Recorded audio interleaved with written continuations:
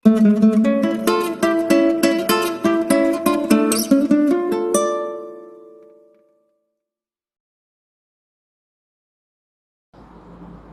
Students, আশা করি তোমরা সবাই খুব ভালো আছো। আজকে আমরা যেটা করব সেটা হচ্ছে আমরা যে প্র্যাকটিস সেট করতে শুরু করেছিলাম সেটার সেট 1 আমরা দিয়েছিলাম 12 আগস্ট। সেটা তোমাদের করতে বলেছিলাম এবং তোমরা কে কত স্কোর করলে সেটা তোমাদেরকে বলতে বলেছিলাম। তার মধ্যে একজন শুধু জানিয়েছো যে 21টা কোয়েশ্চেনের মধ্যে সে 16টা কোয়েশ্চেনের আনসার করতে পেরেছে। বাকিগুলো আমি আজকে বলে দেবো এবং আরও তোমাদের যেটা বলেছিলাম যে যেদিন আমি কোয়েশ্চেন সেট 1 দেব তারপরে নেক্সট দিন কোয়েশ্চেন সেট 1-এর আনসার বলবো এবং কোয়েশ্চেন সেট 2 আর একটা কপি আজকে তোমাদেরকে পিডিএফ আকারে দিয়ে দেবো। এরকম করে আমরা টোটাল 20টা সেট প্র্যাকটিস করব। ওকে, তো আজকে এটা দেখতে পাচ্ছ কোয়েশ্চেন সেট 2, ঠিক আছে। তো আজকে যেটা করব সেটা হচ্ছে সেট 1-এর আমরা আনসারগুলো তোমাদের বলে দেবো। তো আজকের ক্লাসটা শুরু করার আগে তোমাদের বলি, যারা বায়োলজি স্টাডিমেট চ্যানেলের সঙ্গে যুক্ত হয়ে আছো তারা সবসময় এই চ্যানেলের পাশে থেকো, সঙ্গে থেকো, এবং যারা আজকে নতুন বায়োলজি স্টাডিমেটকে দেখছো, আজকে প্রথমবার দেখছো, তাদেরকে বলি চ্যানেলটা সাবস্ক্রাইব করে রাখো। তোমাদের নিশ্চয়ই ভবিষ্যতে অনেক কাজে লাগবে, অনেক নতুন কিছু জানতে পারবে। আশা করি বায়োলজি থেকে অনেক কনসেপ্ট তোমাদের ক্লিয়ার হবে। তো বেশ, আজকে শুরু করা যাক ক্লাসটা। আমরা সেট 1 যেটা আমরা করেছিলাম আগের দিন সেটার আনসারগুলো আজকে আমরা বলে দেবো।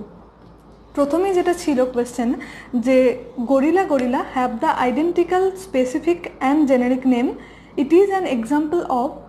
অপশানগুলো ছিল tautonym, synonym, homonym and none of these. তো এগুলোর মধ্যে 1 নম্বরের আনসার যেটা হবে সেটা হচ্ছে, এটা হয়ে যাবে গরিলা। যেহেতু generic name and specific name দুটো একই আছে তাই এটা হবে টটোনিম। ওকে, তো এটা আমি লিখে দিচ্ছি। 1 নাম্বার হবে আনসার এ, এটা হবে টটোনিম।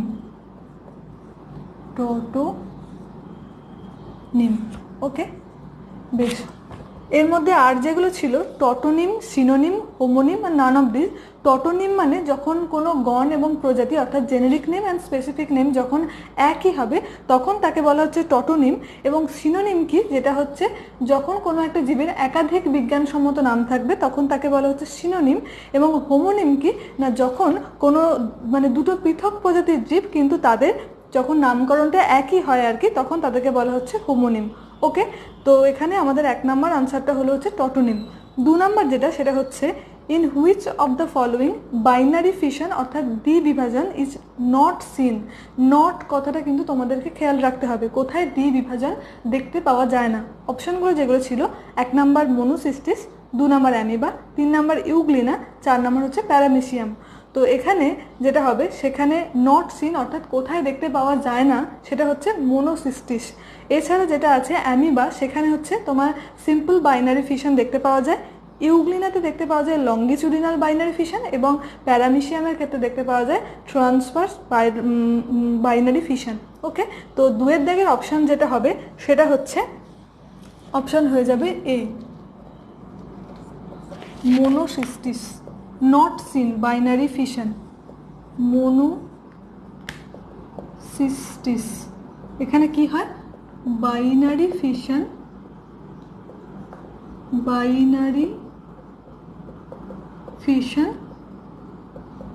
Not seen. ওকে, মনোসিস্টিসের মধ্যে বাইনারি ফিশন অর্থাৎ দ্বিবিভাজন দেখতে পাওয়া যায় না। ওকে, আমরা চলে আসি এবার 3 নাম্বারে। 3 নাম্বার বলেছে যে দুটো কলাম আছে, দিয়ে বলেছে এগুলোর মধ্যে কোনটা আর কি ম্যাচ করতে হবে। এর মধ্যে যেগুলো আছে সেগুলো দেখো, যে এখানে যেটা আছে সেটা তোমরা মিলিয়ে নেবে। এখানের আনসারটা যেটা হবে সেটা হবে 3-এর দাগের যেটা সেটা হচ্ছে বি, অর্থাৎ মোরালস যেটা সেটা হচ্ছে অ্যাস্কোমাইসিটিসের মধ্যে পড়ছে। স্মার্ট যেটা সেটা পড়ছে ব্যাসিডিওমাইসিটিসের মধ্যে। ব্রেড মোল্ড যেটা সেটা পড়ছে ফাইকোমাইসিটিসের মধ্যে এবং ইমপারফেক্ট ফানজাই যেটা সেটা পড়ছে ডিউটেরোমাইসিটিসের মধ্যে। তো 3-এর দাগের যেটা আনসার হয়ে যাবে সেটা হচ্ছে বি। এটা আমি আর লিখলাম না। এরপর চলে আসি 4-এর অপশানে কোয়েশ্চেন যেটা আছে সেটা হচ্ছে club moss is grouped under. Club মসটা হচ্ছে অপশানের মধ্যে আছে algae, fungi, bryophyta and pteridophyta. এটা ক্লাব মস বলা হয় সেলাজিনেল্লাকে। Club moss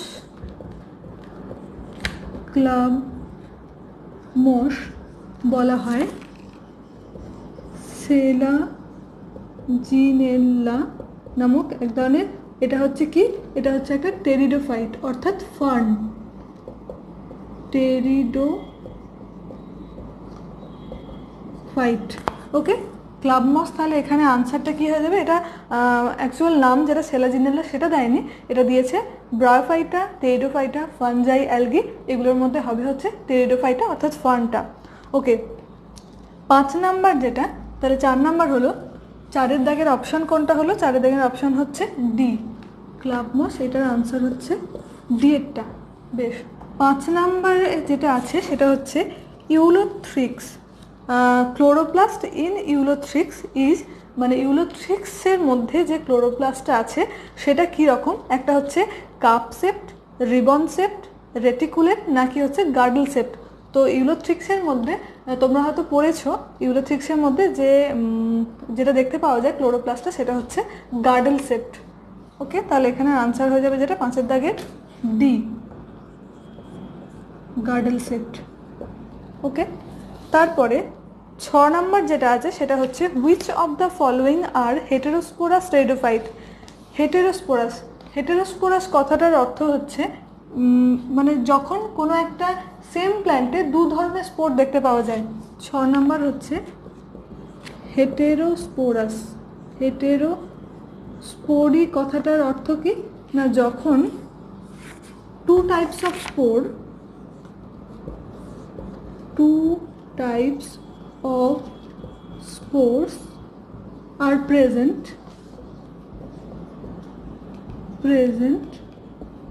in same plant body, in the same plant body, তখন সেই কন্ডিশনটাকে বলা হচ্ছে হেটেরোস্পোরি।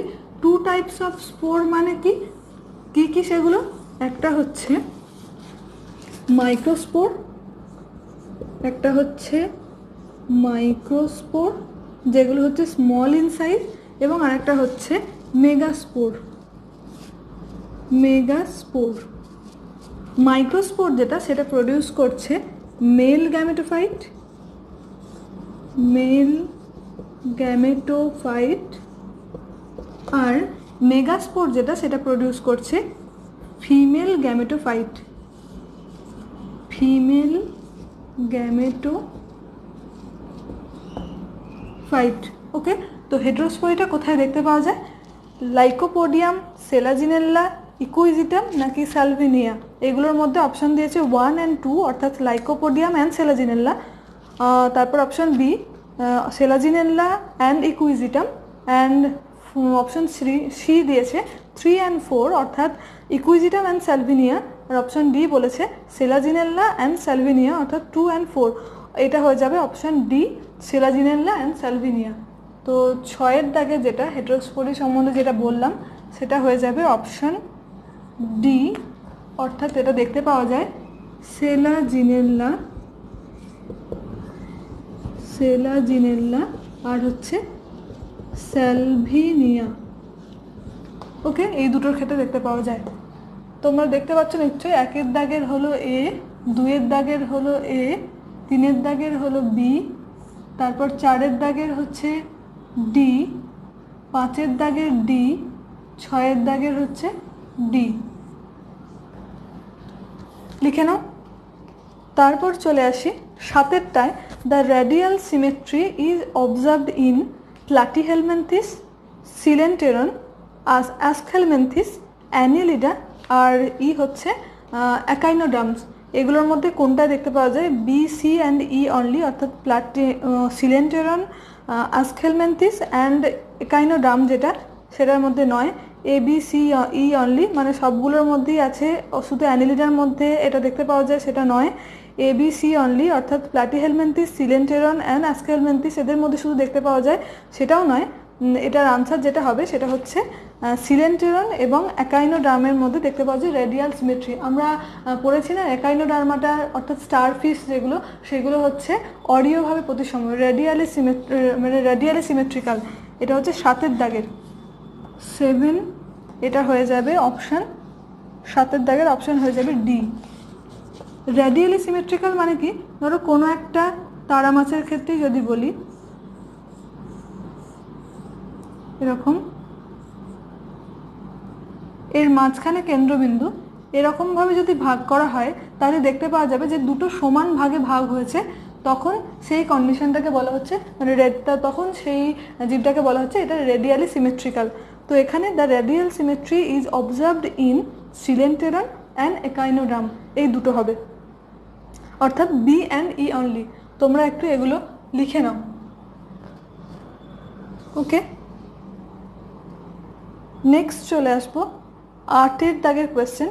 তার আগে বোর্ডটা একটু মুছতে হবে, তোমাদের এইগুলো যদি লেখা হয়ে যায় লিখে নিও। এছাড়াও আমি এটা তো পিডিএফ আকারে অবশ্যই দিয়ে দেবো এর আনসারগুলো। এবং আজকে যেটা করব সেটা হচ্ছে কোয়েশ্চেন সেট 2, যেটা প্র্যাকটিস সেট, সেটা তোমাদের দিয়ে দেবো। সেটা তোমরা আনসারগুলো করবে এবং বলবে তোমরা কে কত পেলে। ওকে, সবাই জানিও, তাহলে সেটা আমার ভালো লাগবে। তোমরা কারা কারা এটা প্র্যাকটিস করছো সেটা আমি বুঝতে পারবো। আর যারা এবছর নিট দেবে না তাদেরকেও বলি যে তোমরা এই সেটগুলো খাতায় লিখে রাখো না, অসুবিধা তো নেই। পরে যখন পড়া হবে চ্যাপ্টারগুলো তখন সেগুলো তোমরা তার সঙ্গে সঙ্গে মিলিয়ে নিও, ঠিক আছে?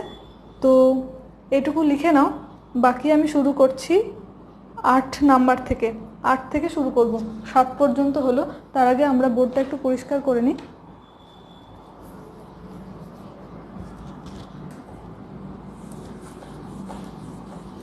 7 পর্যন্ত হলো, এরপর আমরা করব 8 থেকে,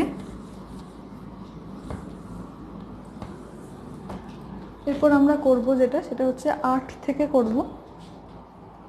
8 দাগের যেটা আছে সেটা হচ্ছে হয়ে যাবে যেটা, সেটা বলি।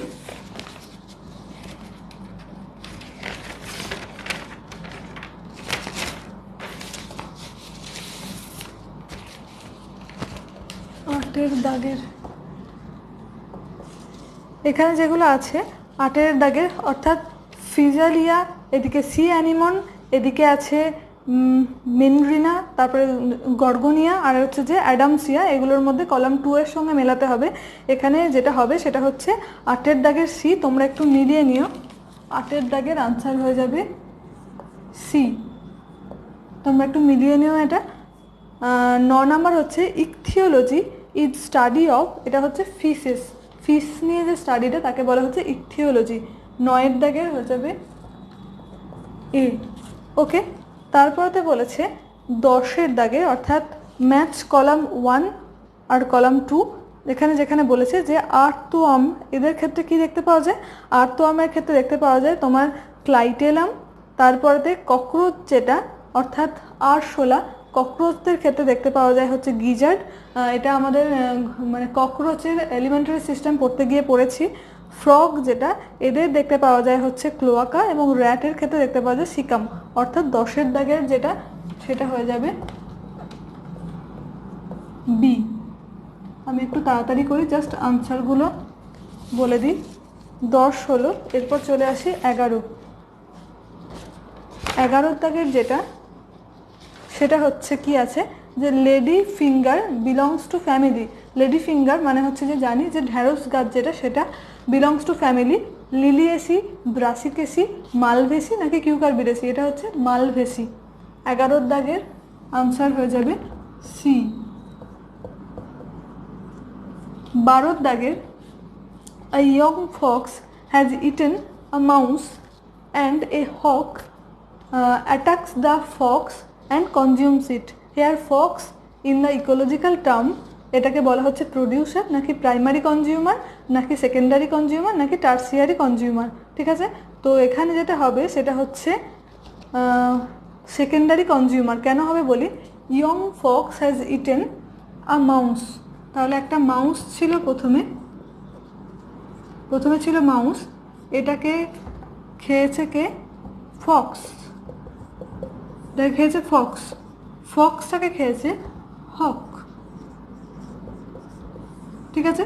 তাহলে এখানে অবশ্যই মাউসটা প্রোডিউসার নয়, এটা হচ্ছে প্রাইমারি কনজিউমার, কারণ মাউসটা তো আবার এখানে যে প্রোডিউসার আছে তাকে খাচ্ছে, এটা প্রোডিউসার নয়, এটা হচ্ছে primary consumer. Primary consumer. Fox যেটা সেটা হচ্ছে সেকেন্ডারি কনজিউমার। আর হক্স যেটা এরপর একে খাচ্ছে, সেজন্য এটাকে আমরা বলতে পারি যে টার্সিয়ারি কনজিউমার।